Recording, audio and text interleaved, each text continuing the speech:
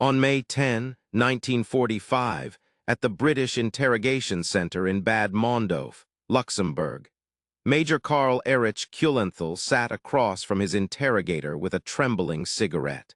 The words he was about to record would echo in his mind for years to come. He could not accept excuses or failures, and if it weren't for his ideals and faith, he would have abandoned his work as a failure. These sentiments were not spoken by Kulenthal, but rather by his most valued agent, Juan Pujol Garcia, known under the codename Garbo. In a fit of anger after German radio operators failed to relay his warning about D-Day on June 6, 1944, Garbo had expressed these thoughts. Kulenthal had stood behind this agent vehemently and defended him in Berlin, risking his own reputation for the intelligence provided by Garbo.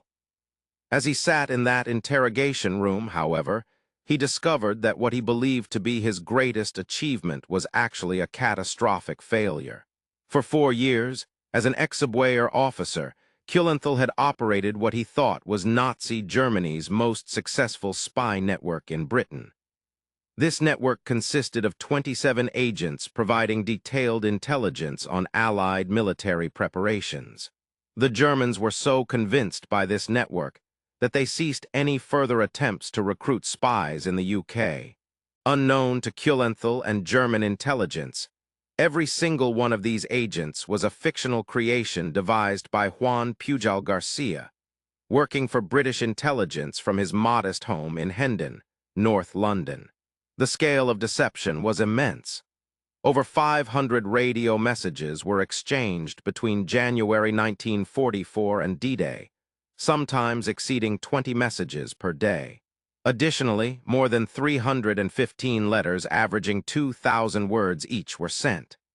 Notably, no fewer than 62 of Pujol's reports found their way into OKW intelligence summaries. The ultimate outcome was that 2 armored divisions and 19 infantry divisions were held idle in the Pas-de-Calais region, awaiting a second invasion through July and August 1944. This deception had significant repercussions. As early as 1941, German military intelligence, the Abwehr, faced a crisis they could not acknowledge even to themselves. Between September and November of 1940, fewer than 25 agents were successfully infiltrated into Britain, most of them poorly trained Eastern Europeans with little motivation.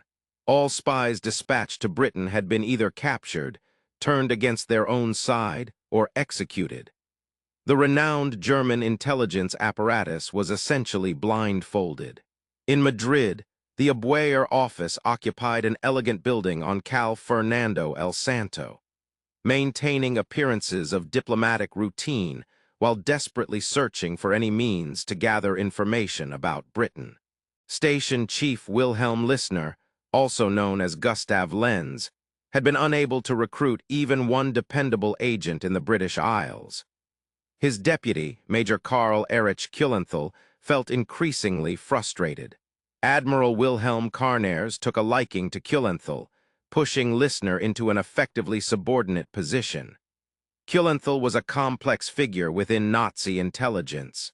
Being of mixed heritage, a half-Jew with a Jewish grandmother, Karners had secured him an Aryan certificate in 1941. This background, always on the brink of acceptance and constantly needing to prove his worth, may have fueled his intense desire for success when it seemed possible. Pressure from Berlin was relentless. The Wehrmacht needed details about British forces' strength, deployment, morale, and preparations, while the Luftwaffe required target information. The Kriegsmarine needed convoy schedules, but Kulenthal had nothing to offer. Then, in January 1941, a nondescript Spaniard walked into the German embassy in Madrid. Juan Pujol Garcia did not appear as a seasoned spy at all. At 29 years old, he was an unsuccessful chicken farmer and a moderately successful hotel manager who had fought on both sides during the Spanish Civil War without any notable distinction. Developing a strong aversion to both communist and fascist regimes, Pujol resolved to contribute positively during World War II. His initial efforts at espionage were almost laughably ineffective. He approached British authorities 3 times, but was met with no interest in recruiting him as an agent. Daily bombarded by Spanish opportunists eager to curry favor with the British embassy in Madrid, no one took notice of the earnest man who claimed he wanted to help defeat fascism. However, Pujol had a different plan. If the British rejected him as an agent, he would first pose as a spy for Germany and then reapproach the British as a double agent. Pujol approached the WWII office in Madrid and offered his services as a spy. At first, the Germans showed little interest, but Pujol persisted. He convinced Gustav Lissner, an WWII recruiter, that he had diplomatic cover from Spain to travel to London. Over several months, with increasingly elaborate stories and fervent pro-Nazi rhetoric even Goebbels would have found embarrassing, his persistence paid off. Eventually, Lissner passed him on to Major Kuehlenthal. Kuehlenthal was initially skeptical, but desperate for new sources of information. He provided Pujol, now known as Garcia, with training in espionage techniques and $3,000 in invisible ink. Using the code name Arable, he was instructed to build a network of agents in Britain without conducting any actual spying there. On July 19, 1941, Pujol left Madrid supposedly bound for London. Instead, he went to Lisbon, Portugal, where he checked into a modest hotel and began what would become one of the most daring deceptions in intelligence history. Using tourist guides, maps, newsreels, railway schedules, reference books, and magazines from British libraries, Pujol fabricated detailed reports about conditions in Britain. Sitting in cafes and studying old British newspapers, he created an imaginary Britain, inventing weather patterns, train schedules, and troop movements. He crafted a lexicon of British daily life, drawing from guidebooks, ration cards, blackout regulations, and air raid sirens, ensuring every element resonated authentically with Germans unfamiliar with the country. His initial report to Kuehlenthal was cautious, comprising broad assessments of British morale and weather conditions. The feedback was positive. Berlin took notice. Inspired by this encouragement, Pujol ventured into more expansive fabrications. He conjured up a subagent named Carvalho, a Portuguese business traveler who could provide reports from various regions within Britain. As the narratives became increasingly intricate, they included misleading information on convoy movements from Liverpool, which he deliberately misplaced on maps. Troop deployments in Scotland were entirely concocted, along with fabricated figures for aircraft production. Each report blended genuine details gleaned from newspapers that eventually reached Lisbon with wholly fictitious elements to maintain credibility. Despite his meticulous efforts, Pujol made significant errors that should have been apparent right away. He mentioned dock workers in Glasgow craving a letter of wine, unaware that British sailors typically drank beer served by the pint rather than wine measured in liters. He also described trains traveling from London to Glasgow at impossible speeds for the railway system. Additionally, he positioned British Army divisions in locations that would have been easily disproved with a map check. Nevertheless, Kuehlenthal remained convinced of every detail. By late 1941, Pujol recognized the need for assistance. The complexity of his deception had grown too cumbersome to sustain from Lisbon alone. To bolster his efforts, he invented an extensive network of fictitious spies numbering 27 individuals at its height, including a Swiss banker in London, a Venetian dock worker in Glasgow, and a KLM pilot who flew between Britain and Portugal. Each fabricated agent possessed a distinct personality and background with specific access to purported intelligence. Swiss banker Jatwo had the ability to provide insights on financial issues and governmental policies. Meanwhile, Venezuelan student J3 found himself in a unique position at a Scottish military base. while an unnamed Gibraltarian waiter, J4, worked in mess halls where officers openly discussed sensitive information. To account for how his reports reached Lisbon, Pujol fabricated the story of an airline employee who transported them on flights between London and Lisbon. This explanation also clarified the Portuguese postmarks and delays in transmission. When German authorities demanded faster communication during Operation Torch, Pujol and Harris invented a fictitious radio operator to meet their needs. At the same time, British intelligence was increasingly intrigued by a shadowy German agent known as Arable who supposedly operated within Britain, but provided intelligence that was evidently incorrect, yet accepted by the Germans. MI5 became alarmed. How could this non-existent agent have slipped past their extensive surveillance network? Each report and claim was meticulously examined and verified. By February 1942, MI6 had heard of Garbo despite him not being a British agent at the time. They learned about his activities through Ultra, the highly classified program that deciphered German Enigma-encrypted messages. The British were reading fabricated intelligence reports from German sources about their own country and discovered that the Germans fully believed this misinformation.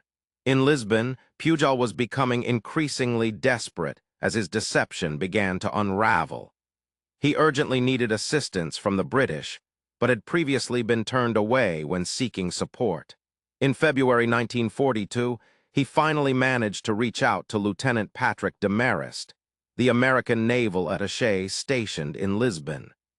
This time, by showing evidence of his communications with German officials, Pujol was taken seriously. Following intense debates among British intelligence agencies about how to proceed with Garcia, he was eventually smuggled out of Lisbon via a boat heading for Gibraltar. Upon arriving safely in Gibraltar, he was sent to England and arrived at Plymouth on April 24, 1942. Two men were waiting for him there, Cyril Mills and Thomas Harris from MI5. Given his Spanish heritage and fluency in the language, Harris would serve as Pujol's handler and play a pivotal role in what would become one of history's most elaborate deceptions. Mills proposed changing Pujol's code name to reflect his exceptional acting skills, suggesting Garbo after the famous actress Greta Garbo. The British were amazed by Pujol's solo accomplishments from Lisbon, where he had meticulously built a convincing intelligence network using only guidebooks and newspapers, something German intelligence fully believed.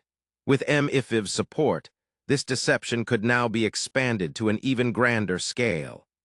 The simple two-story house at 35 Crespigny Road in Hendon, North London, became the hub for one of World War II's most critical operations. This unassuming 1920s suburban home served both as Pujol's residence and his workspace. In this setting, Pujol and Harris spent countless hours creating a network of fictional subagents to feed information to German intelligence. Each message had to match the unique style and personality of each fictitious agent. The Swiss banker wrote in formal, cautious language. The Venezuelan student was enthusiastic but naive, and the communist sailor expressed bitterness towards capitalism while maintaining loyalty to his paymaster.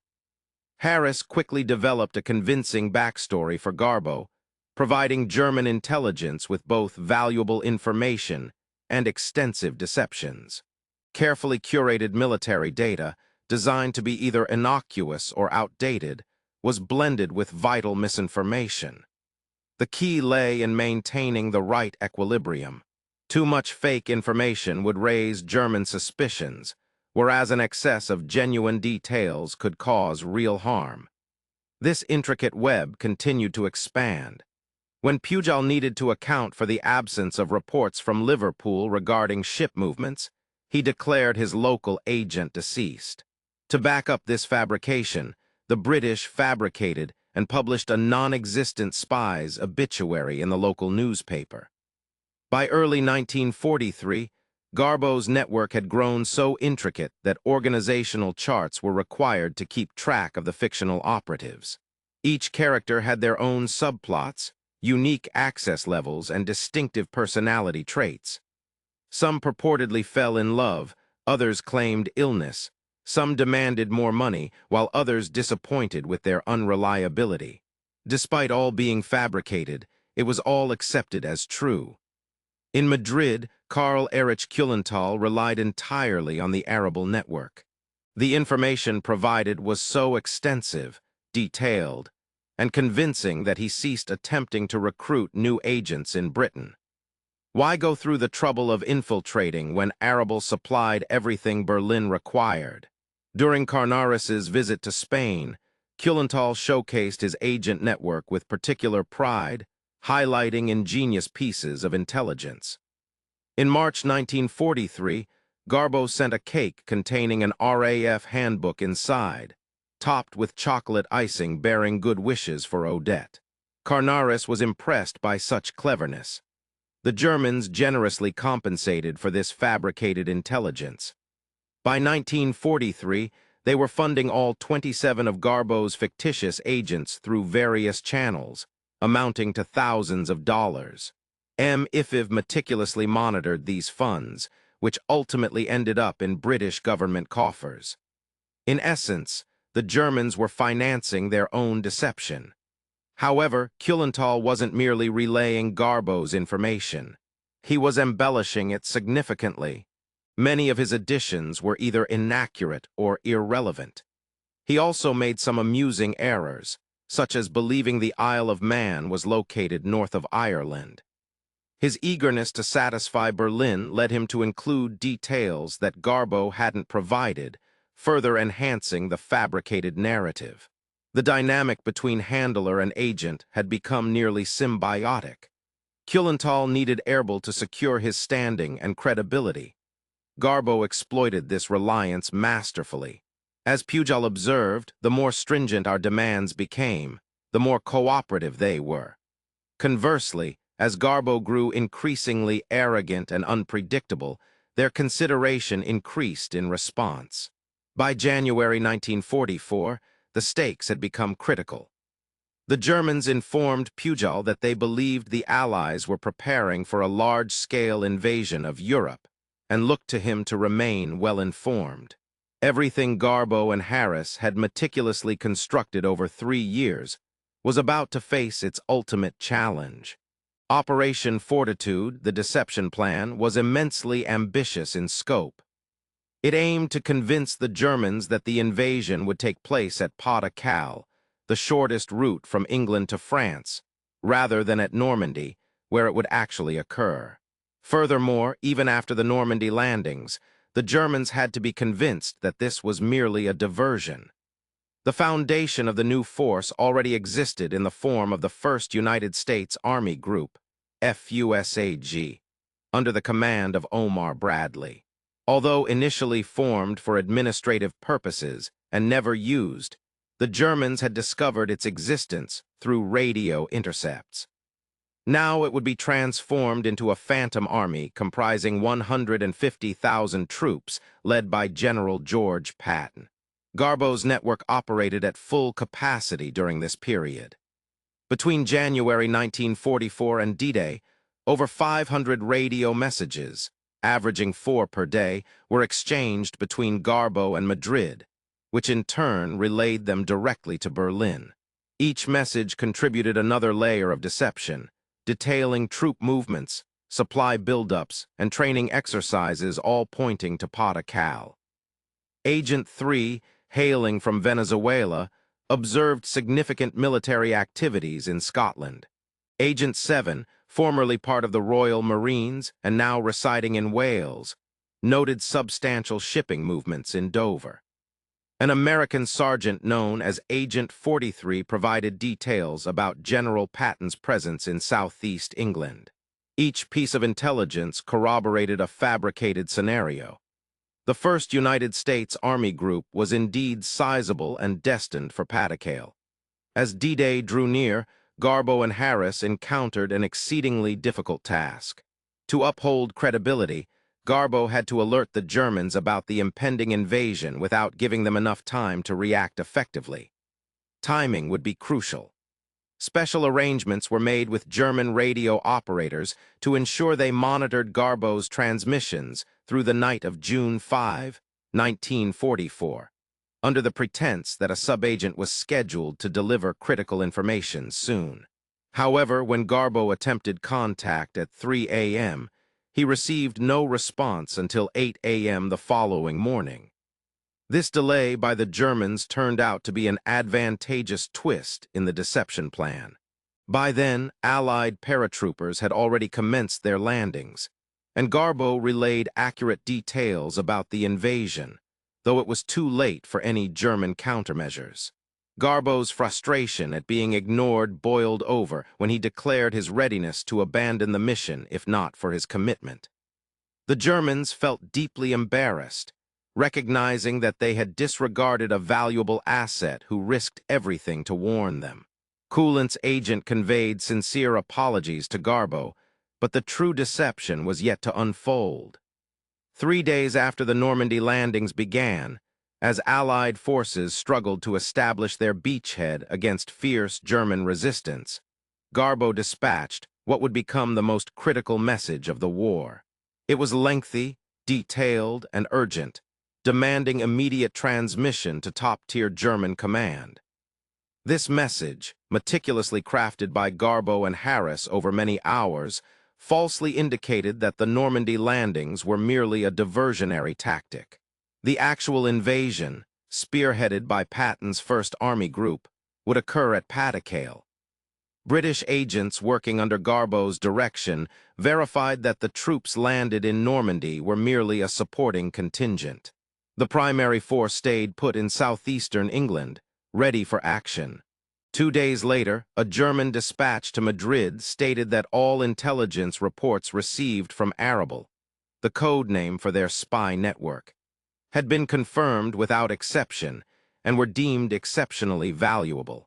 This message was forwarded directly to the Oberkommando der Wehrmacht, OKW, where Field Marshal Wilhelm Keitel read it, and Colonel General Alfred Jodl analyzed it before passing it along to Hitler at his Berchtesgaden headquarters. The German response was swift and definitive.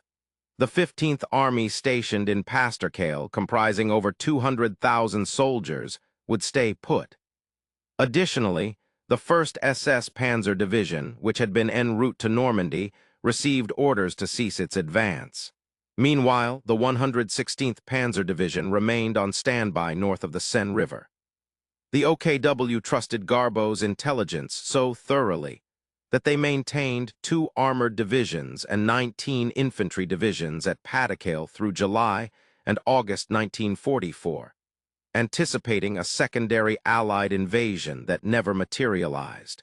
Intelligence derived from Arable was treated as authoritative by German High Command.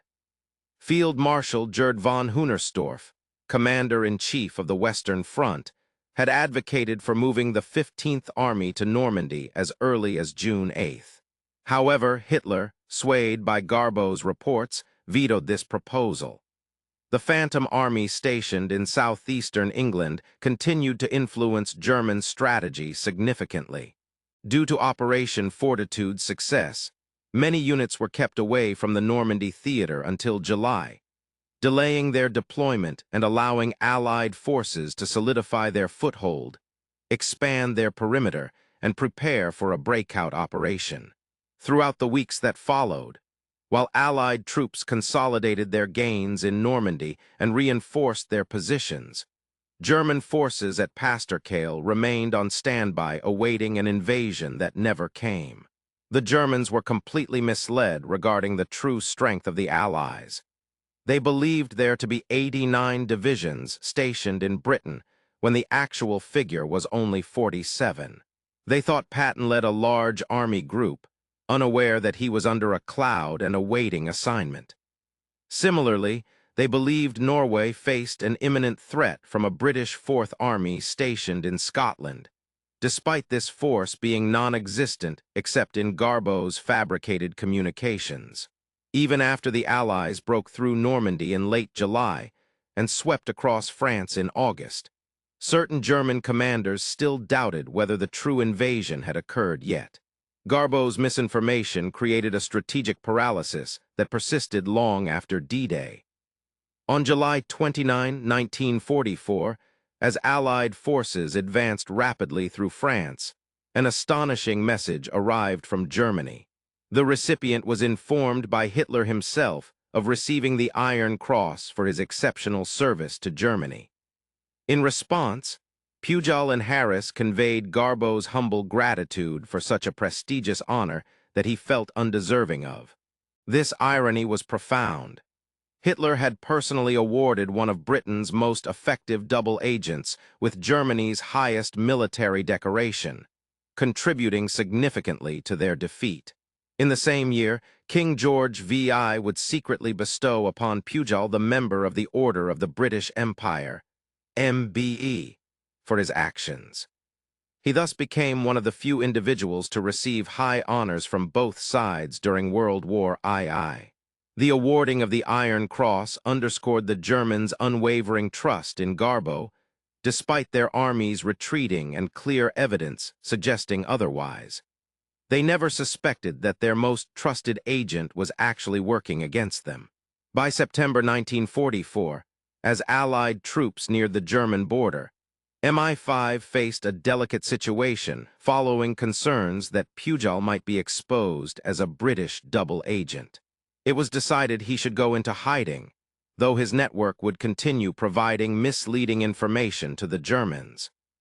The fiction persisted that Garbo had fled due to fears of arrest by British authorities closing in on his network, while his subagents kept reporting fabricated data even as the Third Reich crumbled. Some agents reported non-existent communist infiltration within Allied forces. Others described fictional tensions between American and British troops. Throughout it all, the Germans never doubted the validity of these reports. As Berlin was falling and the Wehrmacht surrendered, German intelligence documents revealed that they still regarded the Garbo network as their most dependable source of information from Britain. This leads us back to an interrogation room in Luxembourg in May 1945, where Major Karl Erich Kuehlenthal faced British intelligence officers who meticulously unraveled the truth about Agent Arabelle.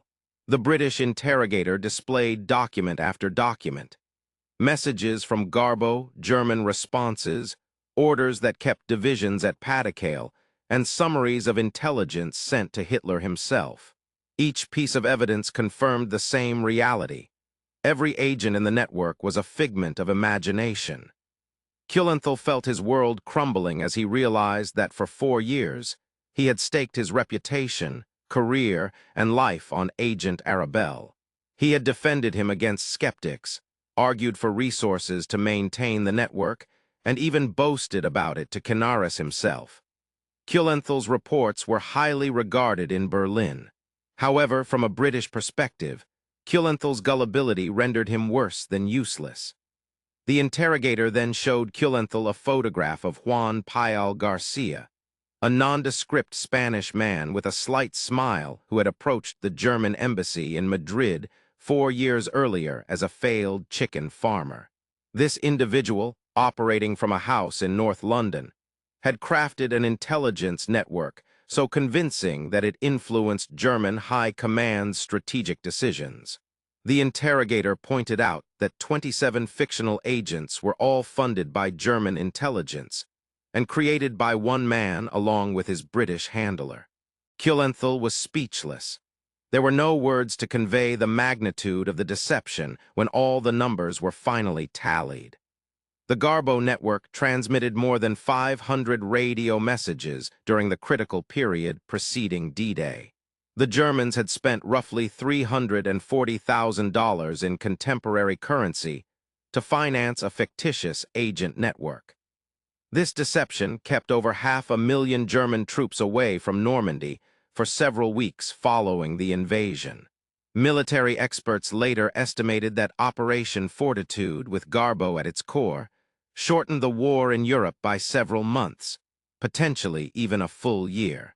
Had these forces been deployed to Normandy instead of Pas-de-Calais, the battle would have likely turned into a major bloodbath for Allied soldiers. Their absence facilitated the Allies' ability to establish, strengthen, and break out from their beachhead. The psychological impact extended far beyond mere military data. The German intelligence apparatus never fully recovered from the devastating blow dealt by this deception. If even their most reliable and prolific network had been entirely fabricated, what other deceptions might they have fallen for? At the Nuremberg trials, German generals cited the intelligence failure as a crucial factor in their defeat, acknowledging that they were outthought, outmaneuvered, and deceived by an enemy they had underestimated. Field Marshal Kittel could only reference the intelligence suggesting Pas-de-Calais was the real target when questioned about the failure to respond effectively to Normandy. For years after the war, the secret remained undisclosed. The double-cross system's techniques, methods of strategic deception, identities of agents, all these details stayed classified. German intelligence officers took their secrets to the grave without ever fully grasping the extent of their deception. Kuehnelt returned to Germany following his interrogation and lived a quiet life until his death on October 25, 1975. Whether he ever completely accepted that his entire wartime achievement was a British fabrication remains uncertain. Some who knew him claimed he continued to insist that Erbil must have had some genuine operatives, believing the network could not have been entirely fictitious. Juan Pujol Garcia vanished after the war's end. With assistance from MI5, Pujol traveled to Angola and faked his death in 1949 by claiming to have succumbed to malaria there. After settling in Lagunilla, Venezuela, he lived a quiet life operating both a bookstore and a gift shop without attracting much attention. For 36 years, his existence remained largely unknown to even his own children, who were unaware of their father's past. It wasn't until historian Rupert Allison, writing under the pseudonym Nigel West, uncovered his whereabouts in Venezuela in 1984 that this anonymity was broken. The discovery sent shockwaves through the intelligence community when it emerged that Juan Pujol Garcia, one of World War II's most significant double agents, had been living incognito as a gift shop owner in Caracas. At the age of 72, he made his first return to London since the war, where he was honored at Buckingham Palace by Prince Philip on behalf of the nation. Veterans from D-Day, who were unaware until then of the deception that had safeguarded their lives, lined up to greet him personally. He also visited 35 Crespigny Road, now occupied by a family completely oblivious to the historical significance of their home during the war. Additionally, he met with surviving members of MI5 who had meticulously studied his case for decades, but were uncertain whether he was still alive. One of the most touching moments came when he reviewed German intelligence files from the conflict. Each page contained reports, analyses, and commendations based entirely on fabricated information. Receipts showed payments to non-existent agents, while operational orders relied heavily on deceptions crafted by Pujol Garcia alone.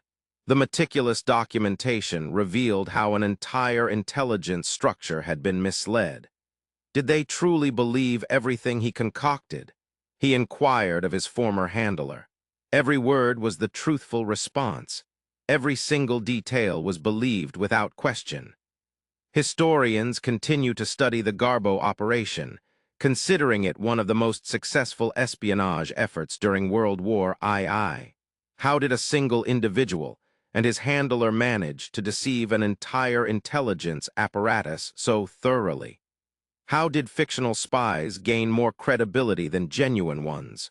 The explanation partly lies in German psychology. Under Nazi rule, which relied heavily on propaganda and self-deception, there was an inherent susceptibility to believing what suited their desires. Germans anticipated that Britain would have infiltrators among them. Thus, when Garbo emerged, they readily accepted him. Similarly, with the expected Allied invasion at Pastikale, any confirmation from Garbo was immediately believed. However, a more profound reason for this trust lay in the craftsmanship of the deception itself. Garbo and his handler Harris did not merely transmit information. They crafted an entire world around their fabricated agents. Each agent had distinct personalities, motivations, strengths, and weaknesses.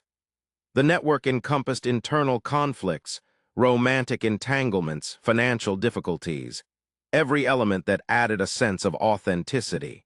Post-war accounts from former WWII operatives revealed that it was preferable to submit numerous false reports rather than few or none at all. This pressure to generate intelligence, irrespective of its accuracy, fostered a system where volume outweighed verification and impressive reports mattered more than precise ones. Behind the strategic significance lay human stories. Each German division detained at Pastikale meant Allied soldiers who survived instead of perishing on Normandy's beaches.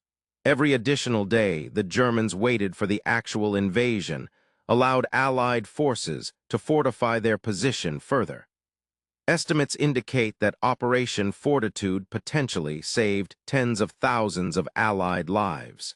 Soldiers who stormed Omaha Beach, battled through the hedgerows of Normandy, and participated in Operation Cobra owed their survival to a Spanish double agent they never knew about. The toll on the Germans was immense. Divisions capable of pushing back the Allies remained inactive due to non-existent threats. Young German soldiers perished in Normandy as reinforcements waited at Pastikale for an invasion that never materialized. Field Marshal Erwin Rommel, who oversaw Atlantic defenses, had urgently advocated moving troops to Normandy following D-Day. Overridden by Hitler, who relied on intelligence from Agent Arabelle, a Barcelona chicken farmer, Rommel watched helplessly as his outnumbered forces gradually wore down. Despite being Germany's most celebrated commander, the Desert Fox was ultimately defeated not by Allied tanks, but by fabricated information from a Spanish poultry farmer. The Garbo operation's greatest irony lies in how nearly it never came to fruition. Pujol had been turned down 3 times when he initially approached British intelligence. Had they accepted his offer immediately in 1941, the deception might have lacked its distinctive character. It was precisely because Pujol built his network alone from Lisbon with just guidebooks and imagination that it gained credibility. His mistakes, misplacing ships or misunderstanding British customs, actually enhanced the realism for German analysts who expected foreign agents to err.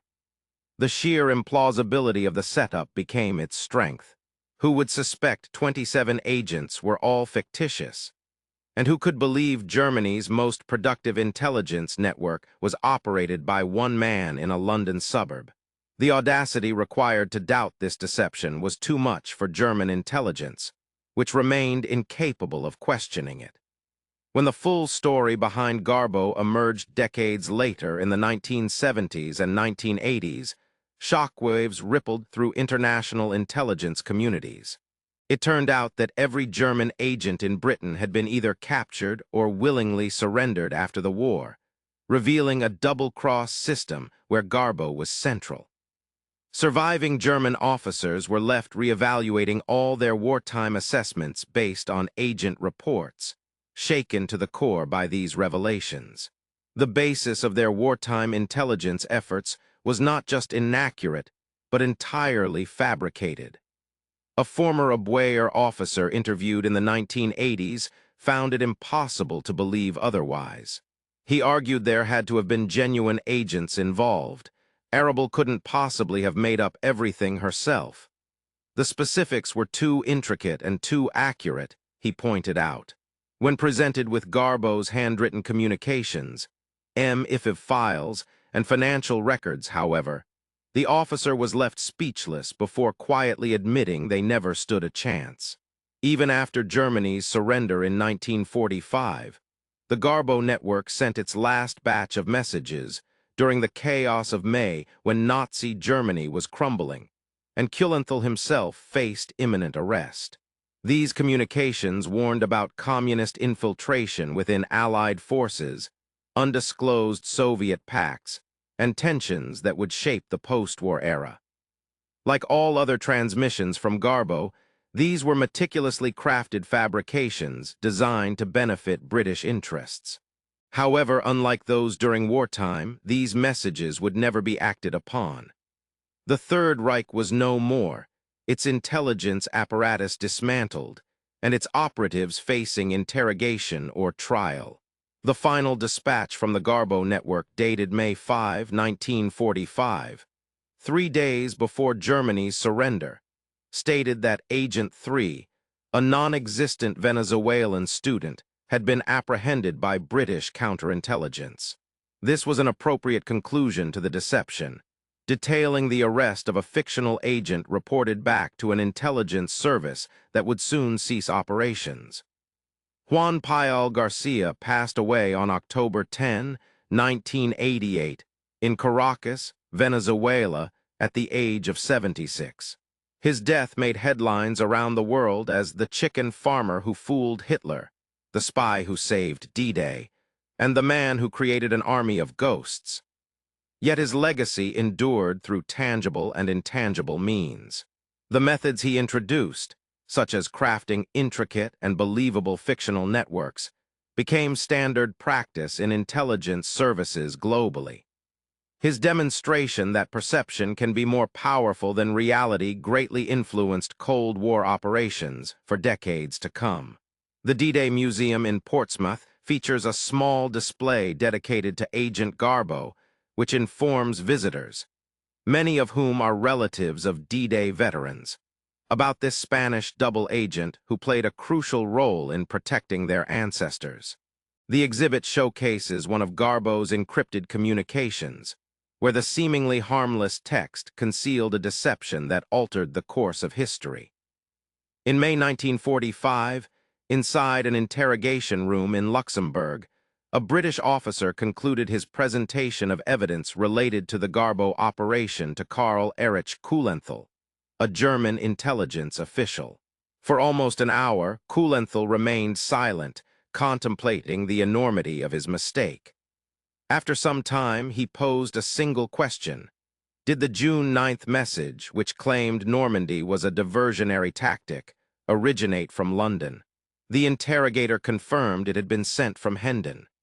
The message was crafted by Garbo and his handler over 6 hours, relayed via radio to Madrid, and subsequently forwarded to Berlin by Kulenthal. It eventually reached Hitler himself. Kulenthal slowly nodded in acknowledgement. "You lost the war on June 9, 1944, he concluded. The interrogator gently corrected him. "No, you lost it when you believed agent or rebel was genuine." The comprehensive analysis of the Garbo operation reveals its immense scale. It involved fabricating and sustaining 27 entirely fictitious agents. Over 500 radio transmissions were exchanged between January and June 1944 alone. Additionally, more than 315 letters averaging 2,000 words each were written throughout the conflict.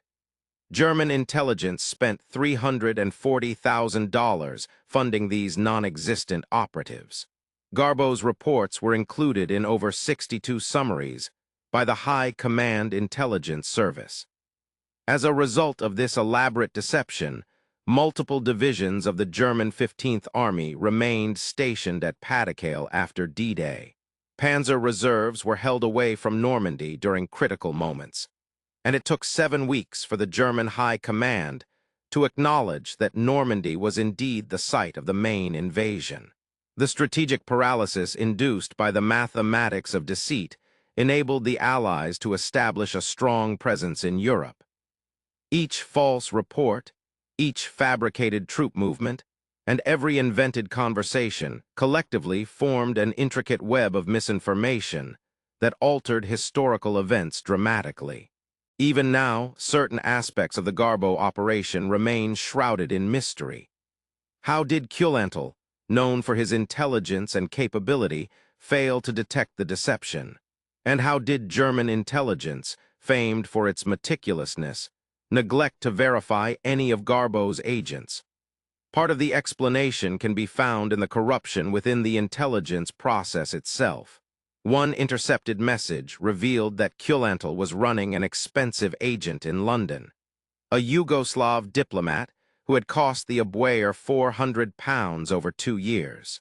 Some officers in Spain believed that K was engaging in half-part business by splitting monthly allowances between his and the diplomat's pockets.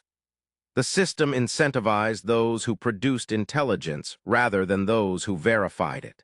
Kulantel's career depended on Arable being a genuine source, so he did not scrutinize inconsistencies too closely.